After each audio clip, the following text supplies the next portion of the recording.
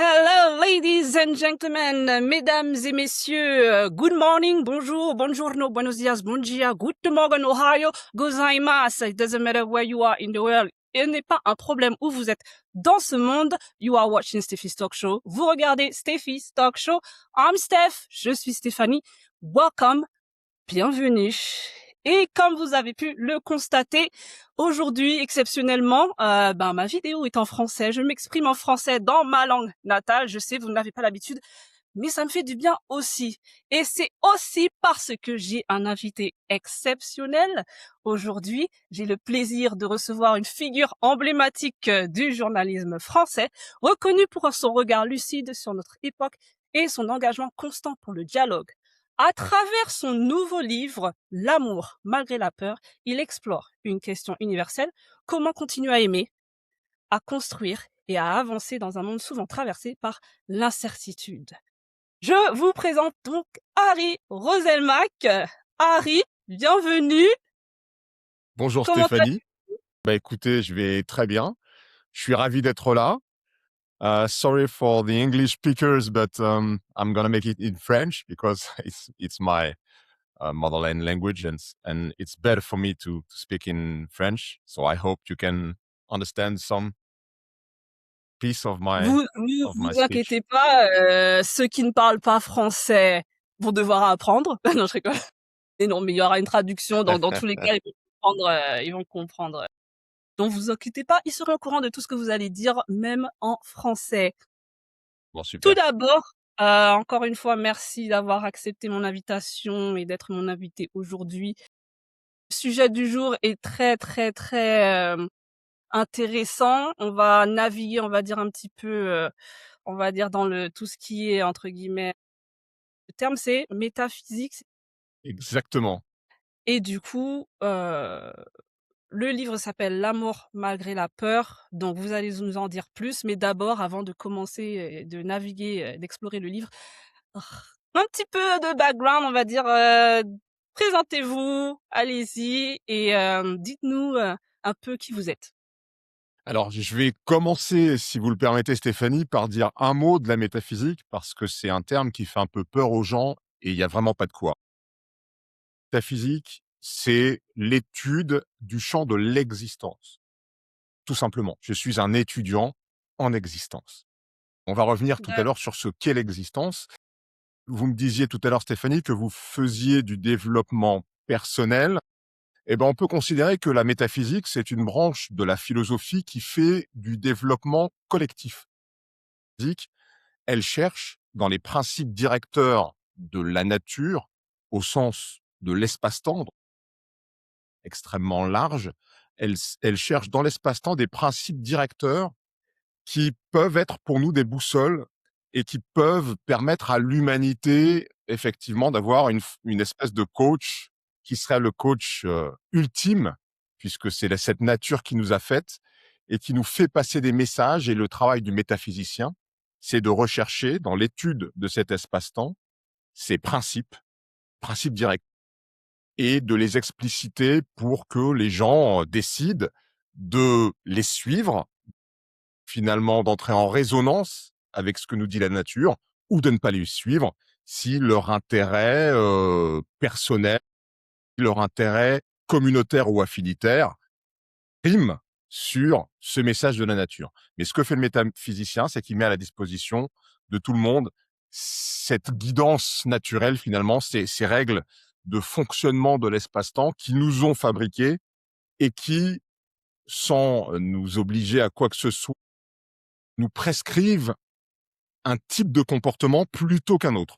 Ça, c'est pour la métaphysique. Alors, comment moi je suis arrivé là? Je suis parti du journalisme parce que souvent, je m'intéresse aux gens, je m'intéresse aux humains qui sont autour de moi et j'aime communiquer, j'aime cette idée d'aller chercher de l'information sur certaines personnes pour la communiquer au plus grand nombre, à ceux qui regardent le média dans lequel je travaille ou qui lisent le journal dans lequel je travaille. Et donc, cette caractéristique qui me constitue m'a fait choisir ce métier du journalisme que j'ai exercé d'abord en radio pendant 11 ans Et puis ensuite, j'ai eu une opportunité de faire de la télévision dans un groupe de télévision français qui s'appelle Canal+. J'ai travaillé 1 an dans ce groupe Canal+. Et ensuite, par une rencontre que j'avais faite auparavant de quelqu'un qui travaillait, qui était, finalement le présentateur de journal télévisé le plus connu de France à l'époque, qui s'appelle Patrick Poivre d'Arvor. Eh bien, Patrick Poivre d'Arvor m'avait, rencontré et m'avait repéré à une, réunion d'une association dans laquelle j'étais pour militer, pour qu'il y ait plus de diversité dans les médias français, parce qu'en France, ça a longtemps été un problème d'avoir, Mhm. des personnalités, d'origine non blanche qui présentent des infos, des émissions, des jeux, qui jouent dans des séries télévisées et cetera. Donc moi, je faisais partie d'une association, d'un collectif qui militait pour qu'il y ait plus de diversité. Ça D'accord. m'avait permis de croiser Patrick Poivre d'Arvor qui, avait retenu, quelque part mon profil, qui 1 an après Canal+ m'a fait proposer de le remplacer dans le journal de 20 heures de TF1, qui est effectivement le grand journal d'information de France. C'est là qu'en 2006, j'ai commencé à présenter le JT à TF1 et de présenter une émission que je présente toujours, qui s'appelle 7 à 8, qui est un magazine d'information, qui est le magazine d'information le plus regardé, hein, de France. Et ça, je fais ça depuis maintenant presque 20 ans, puisque c'était en septembre 2006, mes débuts, et que, bah, on y est presque, en septembre 2026. Ça fait déjà 20 ans. Waouh! Waouh, OK, d'accord. Très Eh oui. bien. Alors, allons-y. Maintenant, on va dire, naviguons, dans votre nouveau livre, qui s'appelle «L'amour, malgré la peur». Pourquoi, avoir choisi d'écrire ce livre? Quelle est l'histoire de ce livre? Alors l'histoire de ce livre et comment moi j'arrive à la métaphysique, c'est que, après avoir observé, les faits qui animent le monde, parce que c'est ce que fait un journaliste, c'est de regarder, les actions qui sont menées par les gens dans le monde, des actions qui sont très diverses, des gens qui n'ont pas grand-chose à voir et qui mènent des actions qui sont pas cohérentes les unes avec les autres. Bien, chez moi en tout cas, le questionnement de savoir, est-ce que certaines actions sont plus légitimes que d'autres? Par exemple, faire ce qu'on estime être le bien, c'est plus légitime que de faire ce que d'aucuns estiment être le mal, parce que peut-être que de faire le bien ou le mal, ça n'a pas de valeur dans l'absolu, c'est peut-être, égal en fonction des intérêts des uns et des autres. Et quand on commence à se poser ce genre de questions, on se dit, qu'il y a un étalon dans l'espace et le temps qui permet de donner plus de valeur à celui qui fait le bien qu'à celui qui fait le mal. Et donc, cette réflexion-là, elle associe plusieurs choses. Elle associe évidemment la philosophie, mais elle associe aussi la cosmologie. Moi, j'ai toujours été passionné de cosmologie, d'astrophysique, de l'univers. OK. L'univers, il faut savoir que c'est une histoire. Souvent, les gens, quand on parle de l'univers, ils pensent que c'est simplement une grande quantité d'espace autour de nous, avec, dedans des galaxies, des étoiles, des trous noirs, et cetera. Alors, c'est Oui, ça, oui. mais c'est pas que ça. L'univers, c'est aussi c'est de l'espace, mais c'est aussi du temps et c'est aussi une histoire, et c'est une histoire qui a commencé par ce qu'on appelle une singularité, c'est-à-dire que tout ce qu'on voit aujourd'hui qui est immense au-dessus de nos têtes et autour de nous, ça a commencé il y a environ 13,8 milliards d'années par un tout petit point dans lequel toute cette information était déjà présente. Ça, c'est de la science, hein. Oui, Je oui, suis oui. pas en train d'élucubrer, d'écrire un scénario, c'est de la science. Donc l'univers, c'est l'histoire de ce point d'information qui s'est développé pendant 13,8 milliards d'années, qui a fabriqué plein de systèmes à l'intérieur de lui, dont nous faisons partie. Ça veut dire que nous, les êtres humains, on est l'un des systèmes qui est né dans ce processus univers. Et donc l'idée, c'est d'essayer de savoir si ce processus univers, bah, est-ce qu'il a une origine ou pas? Il a été créé ou est-ce qu'il n'a pas de début? Est-ce qu'il est éternel? S'il a été créé, bah, par quel type d'existant il aurait pu être créé? Et si un existant a créé l'univers, c'est qu'il avait une raison de le faire. Quelle pourrait être cette raison? Alors, ce sont des questions qui sont extrêmement ambitieuses. On nous Oui. a fait croire pendant longtemps, pendant, des décennies, depuis la fin du 19e siècle, il y a un philosophe très connu qui s'appelle Emmanuel Kant, qui du haut de sa domination sur le monde des idées philosophiques a estimé que la métaphysique était un peu vaine parce qu'on ne pouvait pas trouver de réponse, eh bien c'est faux. On ne peut pas démontrer la réponse absolue, mais on peut trouver des réponses intermédiaires qui nous donnent des indices extrêmement forts sur un des scénarios qui aurait pu donner naissance à cet espace-temps et à ce que nous sommes finalement.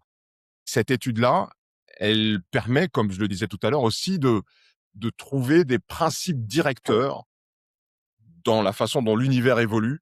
Ces principes directeurs, il faut qu'on se les applique pour une chose, il faut qu'on se les applique dans la façon dont on pense. Et ça, c'est quelque chose de très important quand on veut faire de la philosophie, c'est d'avoir conscience, parce que c'est quelque chose qu'on a oublié. Je disais tout à l'heure que le journaliste, il regarde les actions qui sont menées dans ce monde, mais on oublie que les actions sont toujours le résultat de la pensée. C'est-à-dire que tout ce que l'être humain fait, pas des actions qui mènent à des comportements ou que ce soit des actions qui mènent à des choses concrètes, construites. Par exemple, la pièce dans laquelle je suis aujourd'hui, l'ordinateur au travers duquel je vous parle, avant d'être des objets, c'était des idées. Tout commence toujours par des idées. Ce sont les idées qui sont premières, et ensuite, ces idées, elles se manifestent, soit par des comportements, soit par des objets divers et variés, et on est entouré aujourd'hui de tout un tas de choses qui sont sorties de la tête d'êtres humains. Donc, tout a commencé par des idées.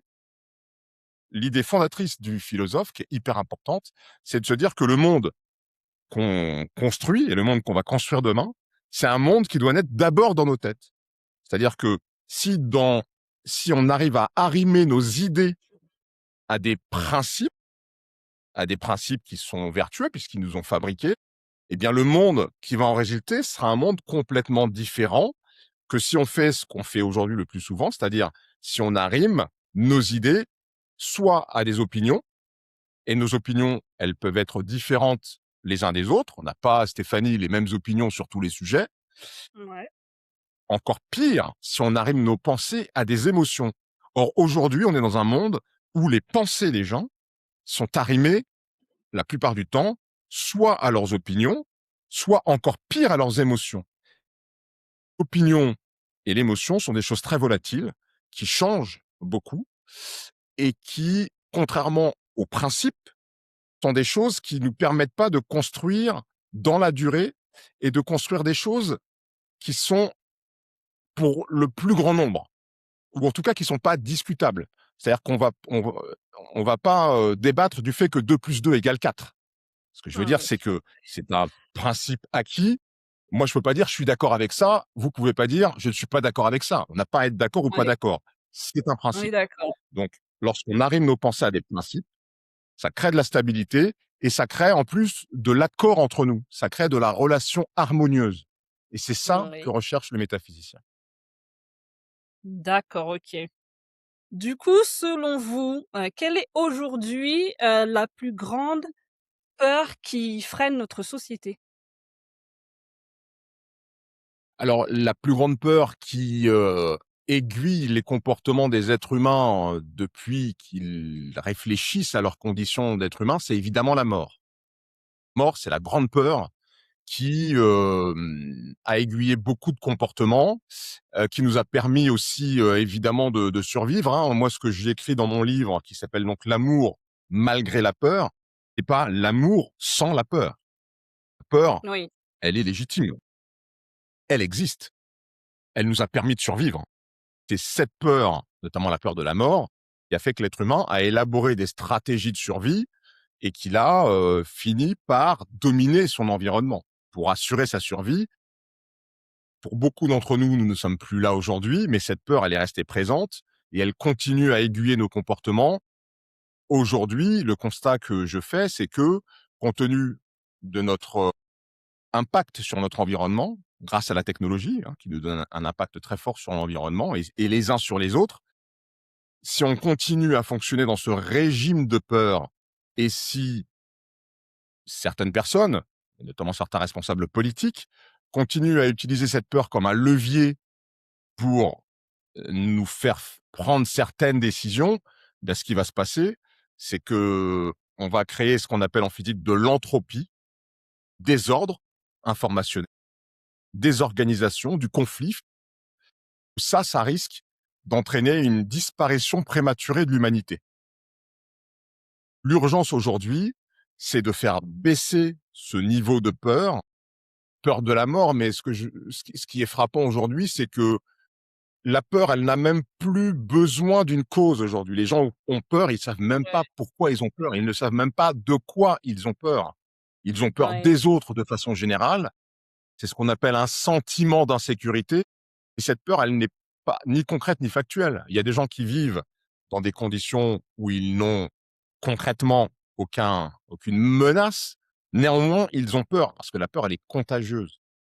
Et c'est vrai que ma casquette de journaliste rentre un peu en confrontation et en conflit avec ma casquette de philosophe, parce que le fait d'être confronté quotidiennement à des informations stressantes, au fait de, de, de périls et de crises, ça diffuse la peur. Et ça fait que des gens qui n'ont pas de raison objective d'avoir peur ont peur et réagissent par la peur.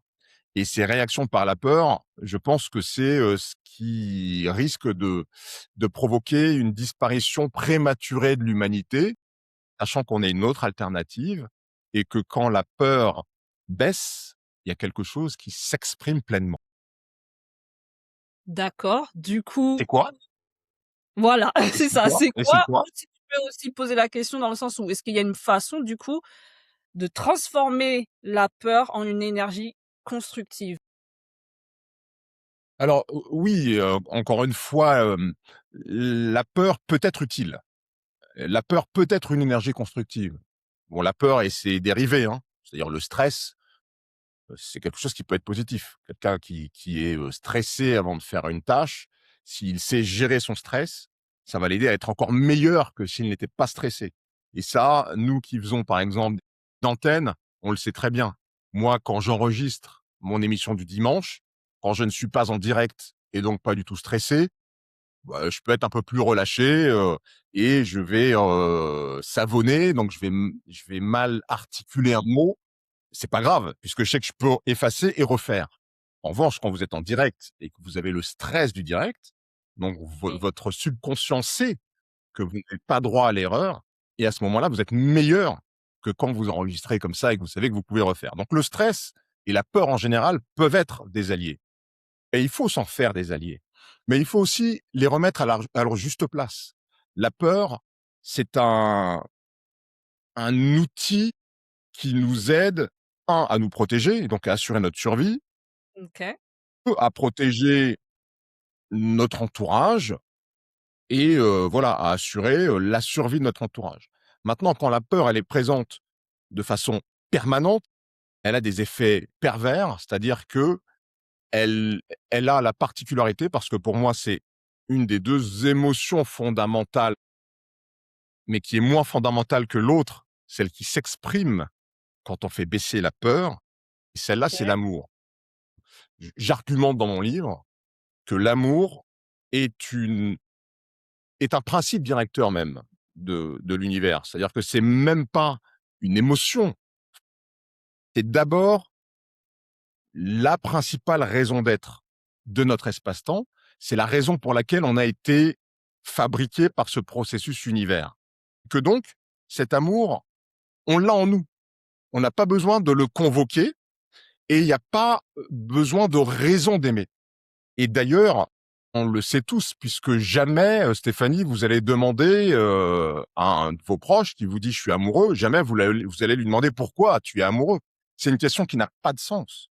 Vous pouvez demander à quelqu'un pourquoi tu es amoureux de telle personne. Voilà, oui, Ça, c'est OK. autre chose. Mais Ouais, si quelqu'un vous dit j'ai peur, tu vas lui demander pourquoi tu as peur. Si quelqu'un est en joie, tu vas lui demander pourquoi tu es joyeux. Triste, oui, pourquoi tu es triste. Si quelqu'un vous dit je suis amoureux, vous allez jamais, ça va même pas vous venir à l'idée de lui c'est demander vrai. pourquoi il est amoureux, parce que ça fait partie de nous. C'est quelque chose qui, c'est ce on appelle ça la transcendance. C'est quelque chose qui nous dépasse. On est fait pour aimer et quelque part on sait qu'on est fait pour aimer.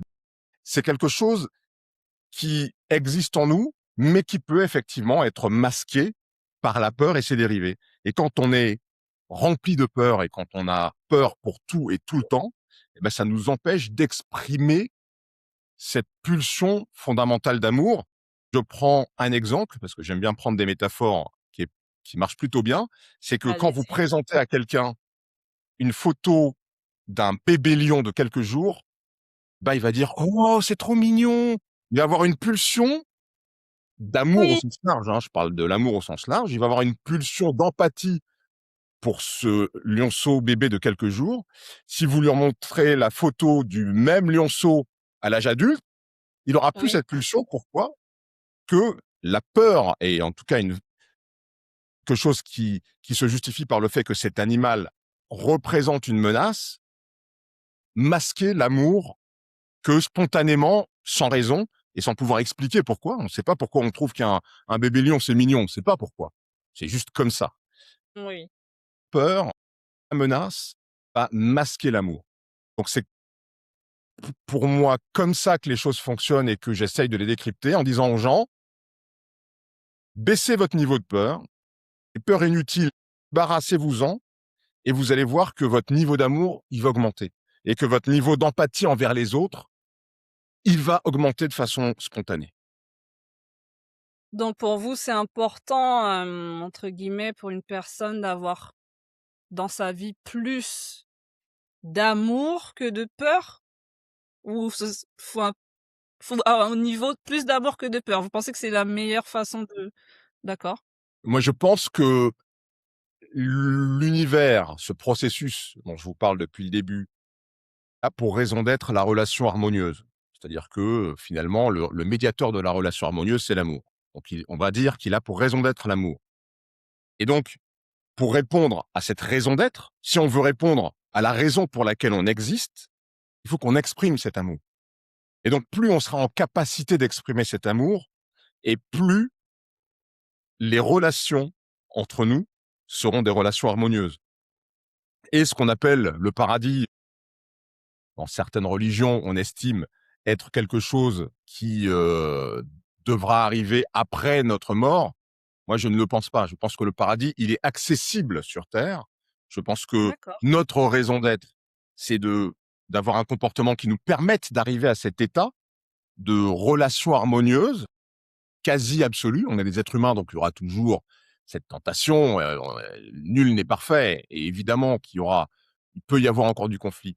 Mais ce qui est sûr, ce qui est, pour le coup, ce qu'on peut affirmer avec force, c'est que si on se dit tous que les vrais conflits à mener, le vrai combat à mener, il est dans nos têtes, dans notre façon de penser avant d'exprimer les choses, avant d'agir, eh bien, il n'y aura plus besoin d'avoir des guerres et des conflits en vrai, la matérialité dans les actions, puisque ce conflit, on l'aura fait avant dans nos têtes pour choisir le comportement qui est celui qui porte le plus d'harmonie.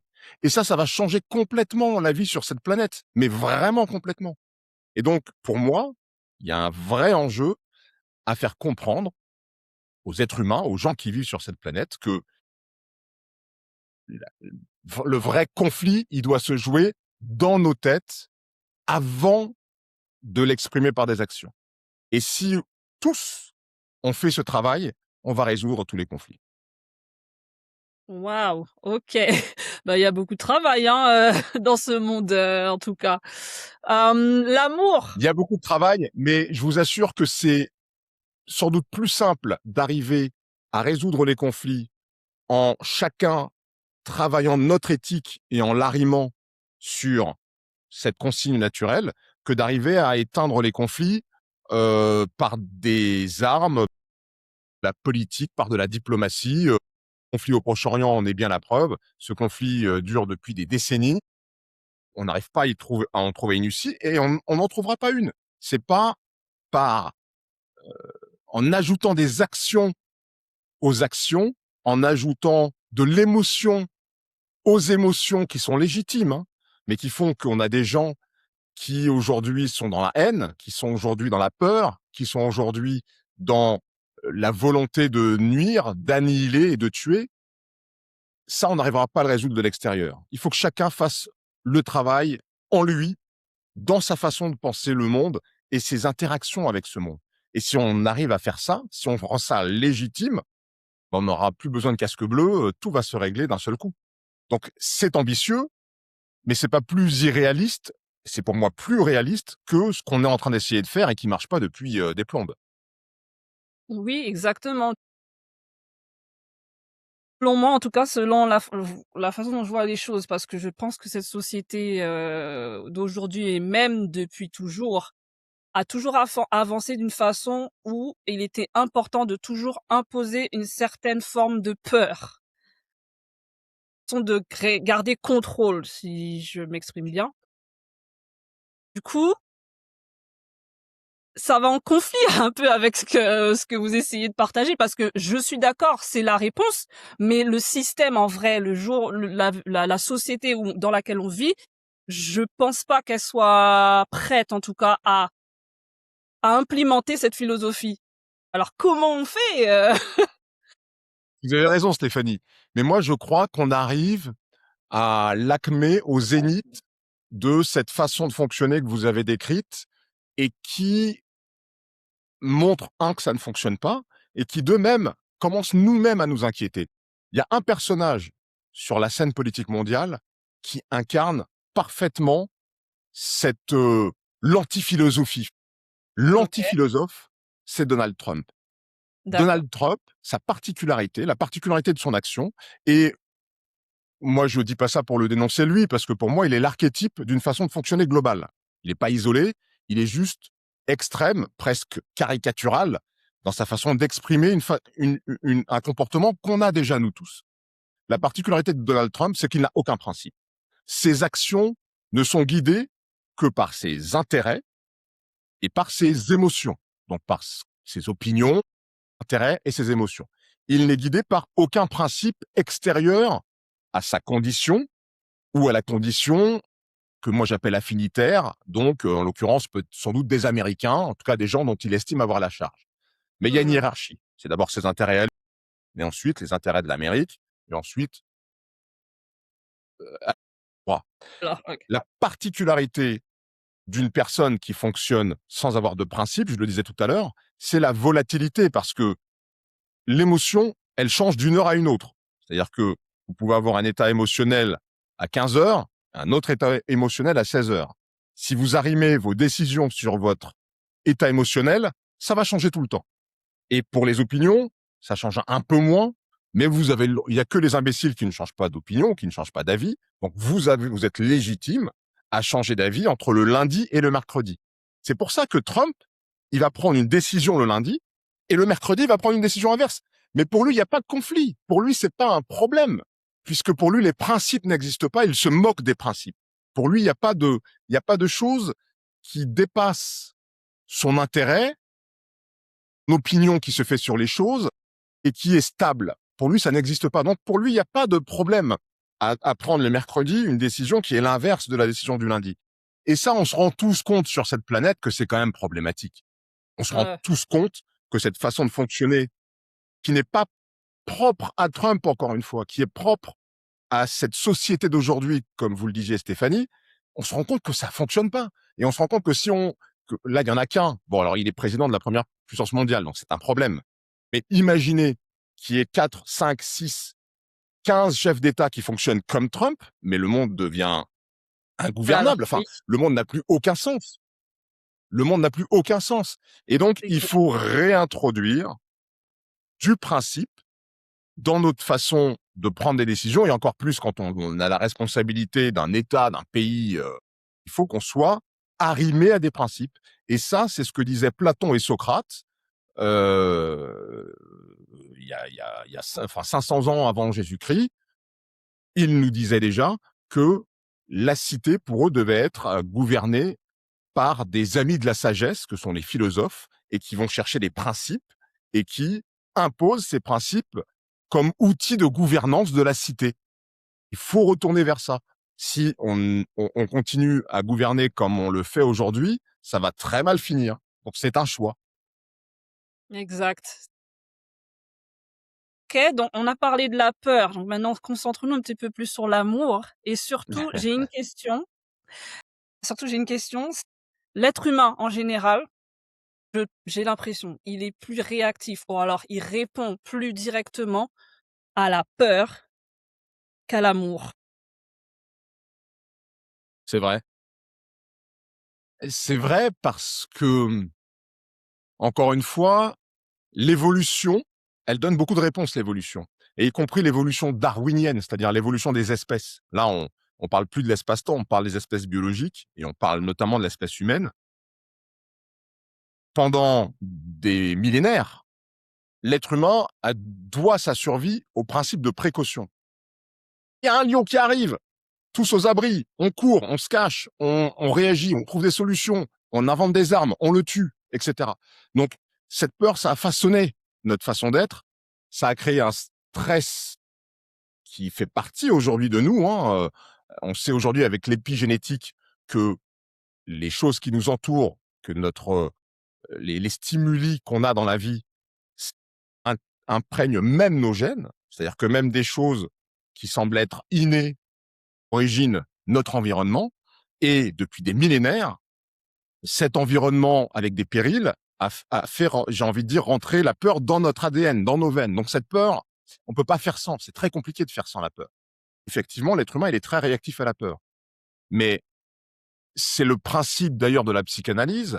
Quand on connaît les raisons qui nous poussent à agir d'une certaine façon, peut prendre du recul par rapport à ces réactions, et on peut même arriver à annihiler ces réactions, parce qu'on sait ce qui les provoque. Donc aujourd'hui, et que la peur, c'est un problème, la peur, elle est présente en nous et qu'elle s'exprime de façon instinctive quasiment, c'est déjà une façon de prendre du recul et de faire en sorte que cette peur, elle ne guide pas toutes nos décisions.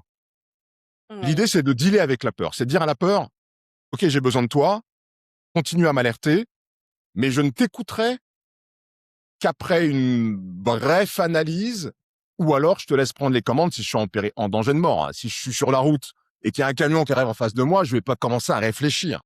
Peur, là, elle Oui, prend le contrôle. C'est son oui, rôle. Donc, il faut qu'elle garde ce contrôle. Maintenant, que dans des cas où elle ne s'exprime pas de façon aussi pressante, aussi urgente pour ma survie, il faut que je puisse prendre la décision de ne pas l'écouter et de la mettre de côté et de lui dire, OK, merci pour l'info. Maintenant, moi, je vais gérer autrement. Et ce travail-là, on peut le faire que si on prend conscience qu'elle est là. Parce que si on prend pas conscience, on continue à se faire guider et à se faire piloter sans même avoir le choix de ne pas répondre à cette impulsion, puisque on ne sait pas qu'elle existe, on ne la conscientise pas. Donc, le but de ma philosophie, c'est juste de dire aux gens, cette peur, elle est là. C'est une peur qui peut être utile, mais qui est trop souvent parasitaire. oui. Essayez voilà, de prendre conscience du moment où elle est parasitaire, où elle ne vous apportera rien et où elle va nuire à la relation avec les autres, et décider de faire autrement. C'est possible de faire autrement. C'est possible, j'entends. Du coup, l'amour dont vous parlez, dans le livre, est-il un sentiment, force ou une stratégie de vie? Bah, comme je le disais tout à l'heure, pour moi, l'amour, c'est un principe directeur de l'univers.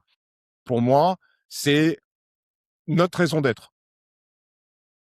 Si l'information qui faisait cette singularité, qui faisait ce point dont je parlais tout à l'heure, il y a, mais je ne veux pas amener les gens trop loin, mais qui a une origine, qui a une source. D'ailleurs, je l'appelle la source. Donc, si la source informationnelle, qui est ce champ de tous les possibles, s'est manifestée sous la forme d'un espace-temps, qui a accouché de plein de systèmes, de plus en plus complexes, jusqu'à créer des êtres vivants, puis des êtres vivants et intelligents que nous sommes.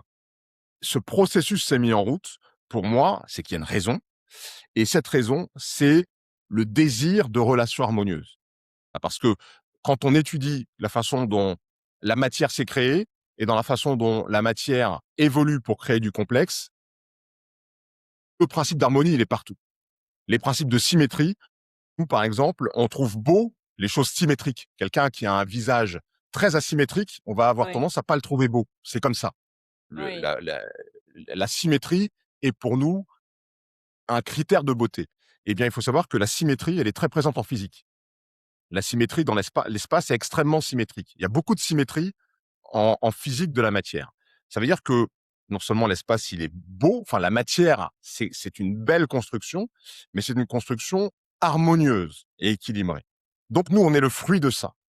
Et donc, il faut effectivement, et je le pense, qu'on se laisse guider par ce qui nous constitue et qu'on permette à ce désir de relation harmonieuse de s'exprimer vraiment. Je prends l'exemple d'un sondage. Si on faisait un sondage sur tous les habitants de la planète en leur demandant vous préférez quoi? Un monde harmonieux où vous êtes en paix, ou alors un monde de conflit où vous êtes en disharmonie et où la guerre règne en maître.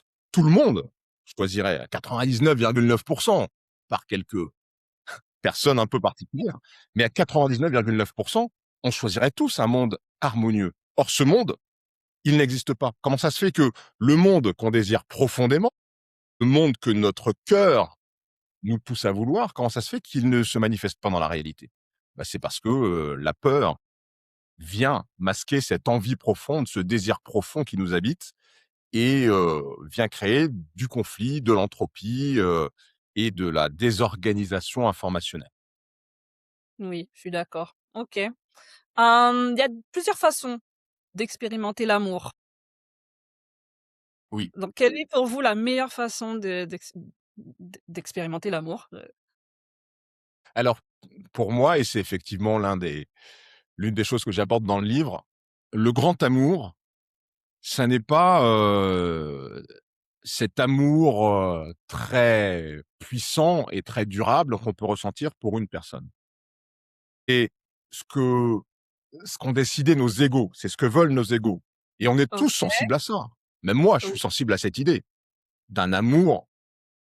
On dit le grand amour, on se dit, c'est moi plus une personne pendant toute la vie et très intensément. oui. Et c'est pas ça en vérité le grand amour. Le grand amour, c'est cet amour fondamental qui s'exprime pour tout ce qui est, qui exprime à chaque instant de la gratitude pour ce que l'on est et pour ce qui est autour de nous, qui est quand même un miracle de complexité, encore une fois. C'est-à-dire qu'on regarde les choses et on les juge pour acquises. Mais quand on étudie la l'organisation de la matière, une goutte d'eau, c'est un miracle. Un atome, c'est un miracle. Pour qu'un atome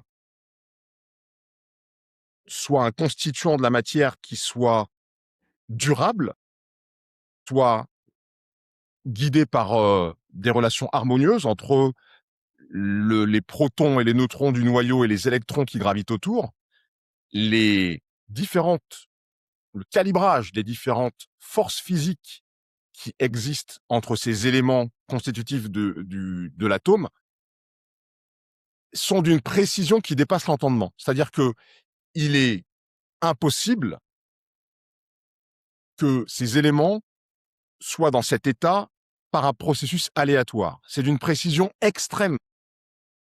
L'exemple que je prends, parce que j'aime bien prendre des métaphores, ça permet de donner un peu de, même si c'est imparfait, les métaphores, ça permet quand même aux gens de se rendre compte.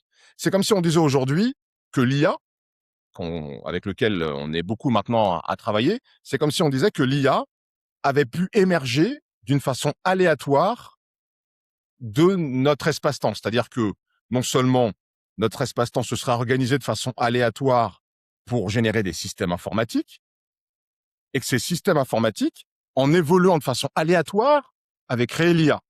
C'est même ridicule de dire ça. C'est-à-dire que vous dites ça à quelqu'un et il rigole. Ouais. Or, on a tendance à penser aujourd'hui que notre intelligence humaine, elle est le fruit d'un processus aléatoire. C'est-à-dire que les scientifiques, qui sont pour nombre d'entre eux matérialistes, pas tous, hein, loin de là, mais les scientifiques matérialistes, eux considèrent qu'il n'y a aucune intelligence qui est à l'origine de notre intelligence. C'est-à-dire que notre intelligence, elle est survenue par hasard, par un processus aléatoire. C'est évidemment impossible. Et donc, il faut convenir d'un pilotage très précis, avec une grande intelligence de toute cette matière qui nous entoure.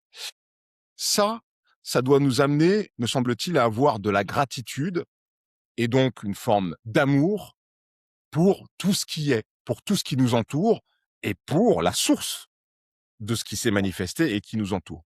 Et ça, pour moi, c'est ça le grand amour. Alors, l'amour pour une personne, c'est super. Dans nos vies incarnées, c'est bien Ouais. parce qu'on est aussi des égos, hein, il faut les accepter. Il ne s'agit pas de se débarrasser de nos égos et de ne plus avoir d'ego. On est dans une vie incarnée, on est des êtres humains, on a de l'ego, et que l'ego veuille son grand amour à lui, c'est une chose. Mais le vrai grand amour, c'est pas ça. Donc, pour répondre à votre question, pour moi, le plus absolu, c'est celui que je viens de décrire, et c'est pas l'amour entre deux personnes, aussi puissant soit-il. OK, bien entendu. Avant-dernière question. On a parlé, on a vu, on sait le monde d'avant, on voit comment le monde se déroule aujourd'hui. Comment voyez-vous le monde de demain, on va dire dans les 10 prochaines années? Quel monde espérez-vous voir, émerger? Alors pour moi, ça risque, de prendre plus de 10 ans parce que je suis quand même lucide et je vois bien l'état dans lequel est le monde aujourd'hui.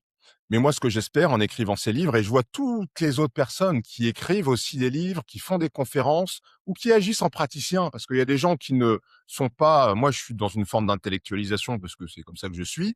Il y a des Oui, gens aussi qui, comme vous, des gens, qui, comme, certains praticiens soignent des gens qui font du bien. Moi, je pense qu'ils sèment des graines. Et que ces graines, elles vont donner du fruit. Et moi, ce que j'espère, c'est que moi, j'ai des enfants qui sont adolescents. Ce que j'espère, c'est que les enfants de mes enfants, ou les petits-enfants de mes enfants, eh bien, qu'ils voient le monde d'une façon complètement différente de celui de Trump, de Poutine et de celui qu'on a aujourd'hui. C'est-à-dire que ces graines qui sont semées aujourd'hui, j'espère qu'elles germeront dans ces esprits-là, et qu'après avoir tenté tellement de choses qui n'ont pas réussi, on tente la relation harmonieuse et qu'on se rende compte que oui, c'est un principe créateur de l'espace-temps, que on est fait pour ça, que on le voit à travers la nature. Bah, l'harmonie, ça crée du beau, mmh. et d'ailleurs en musique, ça crée du beau. L'harmonie, c'est le principe de la beauté musicale. Cette symphonie, on a envie aussi de la jouer dans nos vies à nous et de mettre du beau dans nos vies. Et moi, j'ai espoir que, à l'échelle de, allez, d'ici un siècle peut-être, 50 ans, entre 50 ans et un siècle, si on ne s'autodétruit pas avant, je l'espère quand même, on aura un monde qui est complètement différent de celui qu'on vit aujourd'hui. Parce que les choses, elles bougent très vite, hein. L'esprit bouge de plus en plus vite, la technologie bouge de plus en plus vite. Et Oui, donc, avant que cette technologie mise entre les mauvaises mains et de mauvais esprits nous détruise, il faut qu'on prenne conscience, et je pense que cette conscience, elle va surgir assez vite. Donc moi, je suis très optimiste par rapport à l'avenir, même si effectivement, on part de loin. d'accord. Vous avez quand même mentionné que peut-être il y a des chances qu'on s'autodétruise d'ici 50 ans. C'est pas impossible, honnêtement, c'est pas impossible.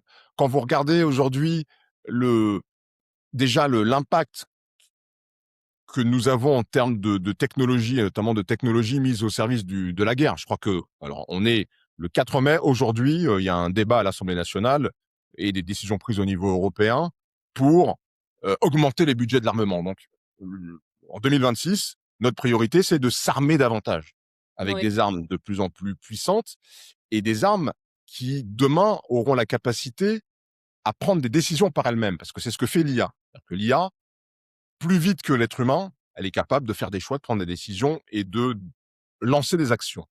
Eh bien, si on continue comme ça, effectivement, l'un des risques, c'est que dans 50 ans, d'ici 50 ans, on trouve le moyen de s'autodétruire. Ça, c'est pas du tout un scénario à exclure. Je dis pas ça pour ouais, faire peur aux gens, parce que c'est pas celui auquel je crois. Moi, je crois OK. au contraire la sagesse, la voie de la sagesse, la philosophie, infuser nos façons de penser et donc nos façons d'agir. Et je pense que d'ici quelques années, on ne votera plus d'augmentation des budgets pour construire des armes, parce qu'on n'en aura plus forcément autant besoin qu'aujourd'hui. Mais force est de constater qu'on est dans une situation où ce risque-là existe. D'accord, OK. Très bien. Alors avant de continuer avec, ce que j'ai, réservé pour vous à la fin de cette interview, Première question serait plus, par rapport à votre livre. Que souhaitez-vous que les lecteurs de ce livre, retiennent? La chose la plus importante que vous voulez qu'ils retiennent du livre, quand ils vont le lire? Bah, c'est ce qui est dit dans son titre, c'est que l'amour, c'est une pulsion fondamentale chez nous et que pour qu'elle s'exprime, il faut qu'on la débarrasse de tout ce qui l'encombre, de toutes ces peurs qui l'étouffent. Et que si on enlève ces peurs qui nous étouffent et qui prennent plein de visages différents, cet amour, il va s'exprimer de façon très naturelle. Il y a pas d'effort à faire pour aimer. Il y a pas d'effort à faire. Ça vient comme ça. C'est comme ça. On va pas convoquer l'amour, on n'a pas besoin. Il est en nous. Il faut juste qu'on le laisse s'exprimer et que si on fait ça et si on a ces discours-là autour de nous et qu'on diffuse cette philosophie, notre monde, il va changer complètement dans le bon sens. Génial. OK, merci à Harry Roselmack. Et on passe donc à la suite. Donc j'ai un petit jeu à la fin à chaque fois qui s'appelle le Hot Seat Fire Game. Le principe est simple, question-réponse. C'est des questions OK. de peu importe, il faut pas réfléchir, on répond. C'est parti? Vous êtes prêts? C'est compliqué pour moi de pas réfléchir, mais je vais essayer. Essayons, essayons. Alors, c'est parti. Un mot qui définit le monde aujourd'hui. Chaos, Une émotion que tu ressens souvent ces derniers temps. l'amour, OK, du coup, amour. c'est une question, qui est très pertinente, mais moi je choisis l'amour parce que l'amour intègre la liberté. Donc si l'amour que je donne, je le reçois, je recevrai de la liberté en retour. D'accord, ça a du sens. Une ville qui t'inspire L'amour véritable, instantanément. je reviens juste une seconde sur le fait que l'amour qui séquestre, l'amour Oui. jaloux, c'est pas Mmh. une bonne forme d'amour pour moi. Oui, oui, bien Encore une sûr. fois, je parle de l'amour qui justement, heu, donne sans prendre, donne sans retour, donne sans attendre de celui ou de celle à qui on donne quoi que ce soit. Oui, tout à fait d'accord. Une ville qui t'inspire instantanément. J'allais dire Amsterdam comme ça. Bon, j'allais dire Amsterdam, donc je garde Amsterdam, je sais pas pourquoi. D'accord, alors donnez-moi Enfin la si, je sais version, pourquoi, parce que j'aime cette réfléchie. ville. J'aime cette ville et c'est vrai que la première fois que je suis allé à Amsterdam, j'y suis allé seul parce que j'ai un de mes cousins et un ami qui devait venir avec moi et qui m'ont planté au dernier moment et comme j'avais pris la location d'un houseboat à Amsterdam, j'y suis allé tout seul et j'ai adoré parce que les gens que j'ai rencontrés étaient formidables. Je me suis fait des amis sur place, et donc ouais, j'ai gardé un attachement pour cette ville et pour l'état d'esprit des gens qui habitent là-bas. D'accord. Ton plus grand moteur, la peur ou l'ambition? Mon moteur, Oui. ambition. Et l'ambition, pour écrire le bouquin que j'écris, pour porter ce message que j'écris, j'ai intérêt à être ambitieux. Eh oui, tout à fait. Une, habitude que tu aimerais changer chez toi? Une habitude que j'aimerais changer chez moi, Tu veux rien heu, ch bon, si, il y a des choses à changer, mais en même temps, ce que j'aimerais changer, j'essaye déjà de le changer, mais qu'est-ce que j'échoue à vraiment changer? Bah, oui, il y en a plein, mais notamment des habitudes alimentaires. J'aimerais, dans l'absolu, hein, j'aimerais arrêter de manger de la viande, mais j'adore ça. J'aimerais arrêter de D'accord. manger du sucre, mais j'aime bien ça et donc je mange encore, pas mal de viande et pas mal de sucre. Bon, ça, c'est un travail encore interne qu'il faut faire, ça, c'est possible. Exactement, exactement. Une, qualité essentielle pour réussir aujourd'hui? Je dirais, l'opiniâtreté, le fait de ne pas lâcher, la persévérance. D'accord, OK. Ça peut être aussi, enfin, par rapport au regard extérieur, ça peut être aussi un frein, non? D'être opiniâtre, Oui. je mélange pas l'opiniâtreté et la l'entêtement. C'est nuance, hein, je reconnais. Heu, l'opiniâtreté, elle doit aussi reconnaître quand on a tort. Opiniâtre, ça veut OK. pas dire s'entêter à faire un truc qui marche pas ou qui est pas bon. Mais pour réussir, et notamment quelle que soit son entreprise, pour réussir, il faut mettre de l'énergie dans ce qu'on veut faire, dans ce qu'on veut réaliser. Si vous voulez réaliser quelque chose de petit à votre échelle ou de très grand, comme moi ce que je veux faire avec ce livre de métaphysique, et cette étude métaphysique, si je veux que ça réussisse, il faut que je sois opiniâtre. Même si il y a des gens qui vont trouver ça naïf, il y a des gens qui vont me rironner, il y a des gens qui vont dire ça sert à rien ce que tu racontes, mais de quoi tu parles? Tu parles du créateur de l'espace-temps, tu me parles d'amour, mais de quoi tu me parles? Il y a des gens qui vont vouloir, et ça m'est déjà arrivé d'être face à ces discours qui ridiculisent finalement ce travail que vous faites et qui pour vous est essentiel. Si vous n'êtes pas opiniâtre, si vous ne croyez pas suffisamment dans ce que vous faites pour résister à la raillerie, pour résister aux obstacles, bah, ça va s'arrêter et ça ne portera pas ses fruits. La tour Eiffel, elle est incroyable, pourquoi? Parce que tout le monde trouve la tour Eiffel magnifique, elle est aujourd'hui. Tout le monde trouve les Français, les étrangers trouvent la tour Eiffel magnifique. Quand Gustave Eiffel a commencé à construire la tour Eiffel en 1900, les Parisiens trouvaient ça horrible. Tout le monde disait mais qu'est-ce qu'il fait? C'est une cicatrice géante dans Paris, mais c'est une horreur. Et donc, si Eiffel avait tenu compte de ce que disait la majorité des gens à son époque, il n'aurait pas construit la tour Eiffel jusqu'au bout, il l'aurait arrêté, il l'aurait défait, démonté, il aurait fait autre chose. Et aujourd'hui, tout le monde adore la tour Eiffel. Ça veut dire que les choses fortes et qui font sens, souvent au moment où on les présente au monde, elles rencontrent des oppositions.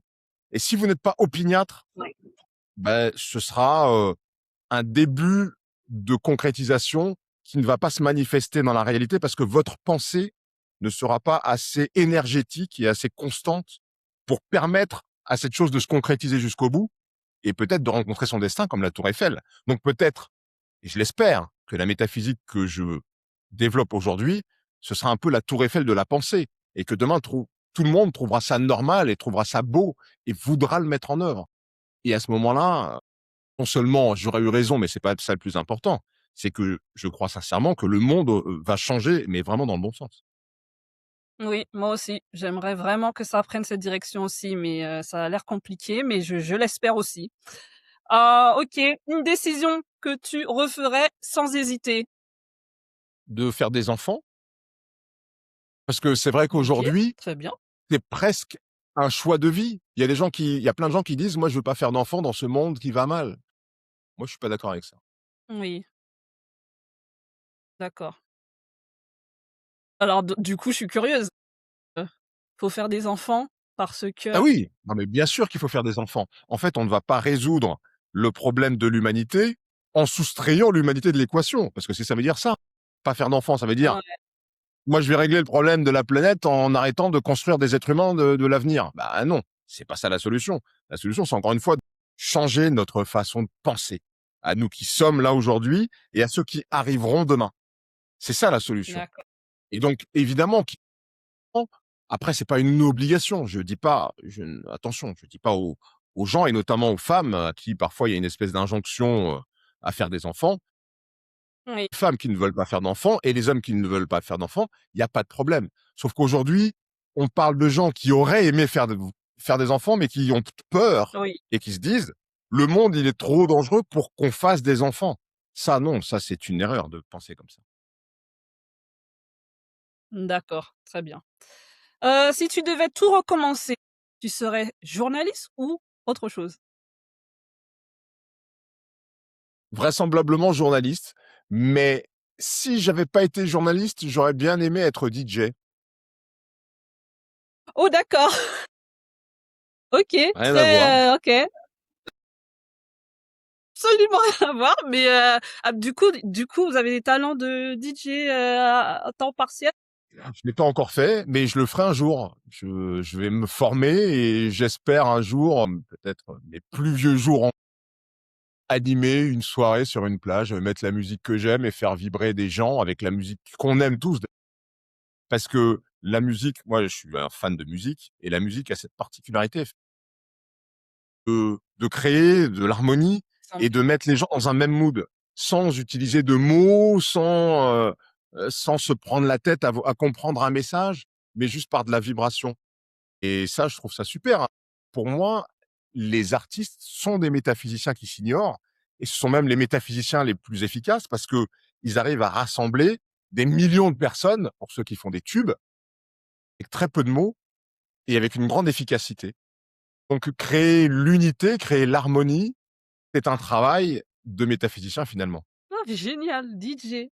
OK. OK, dernière question, une phrase qui résume l'amour malgré la peur. Une phrase qui résume ça? Alors là, c'est un peu plus compliqué. Heu, Ah, bon, je vais citer celle-ci, même si je suis pas tout à fait d'accord. Non, je vais pas la citer parce que je suis pas tout à fait d'accord. Je pense qu'on n'est pas encore prêt pour ça. OK. Ah ah. Et ben, c là, on est le 4 mai, c'est bientôt le 8 mai. Je sais pas s'il y a une phrase qui symbolise l'armistice, mais pour moi, l'armistice, c'est une façon de OK. revenir vers, la relation plus harmonieuse, malgré la peur, la le ressentiment, parce que quand il y a eu un conflit, perte de part et d'autre, donc il y a forcément beaucoup de ressentiment. Donc le la signature de l'armistice du 8 mai 45, c'est pour moi, une preuve d'amour malgré la peur. Est-ce qu'il y a une phrase, qui symbolise ça? Ça, je sais pas. Que De Gaulle a eu une phrase, Et mais je l'ai pas c'est là. l'idée en J'ai tout pas la cas ref. que je vais J'ai pas la transcrire, ref. pour le Ouais, vous la mettrez et s'il y a une phrase, vous d'accord, la OK, mettrez sur la vidéo. il y a pas de problème, il y a pas de souci. Et ben voilà, on est arrivé à la fin. Merci beaucoup, Harry Roselmack. Je Merci. rappelle L'amour malgré la peur, c'est votre nouveau livre qui va sortir le 7 mai, si je ne me trompe pas, Oui, et qui sera oui. disponible où? Il sort le 7 mai aux éditions Guy Trait Daniel et il est disponible partout. Il est disponible dans chez tous les bons libraires et sur les plateformes, qui vendent des livres. D'accord, on inclut, Amazon, par exemple? Oui, bien sûr. Très bien. Eh ben, merci beaucoup, mesdames et messieurs. J'espère que vous avez apprécié aussi. Et bien évidemment, j'espère vous voir à la prochaine vidéo. Merci encore, Harry Roselmack. Eh ben, je vous souhaite plein de succès avec ce nouveau livre. Merci beaucoup et plein de succès, à vous aussi avec votre chaîne. Merci.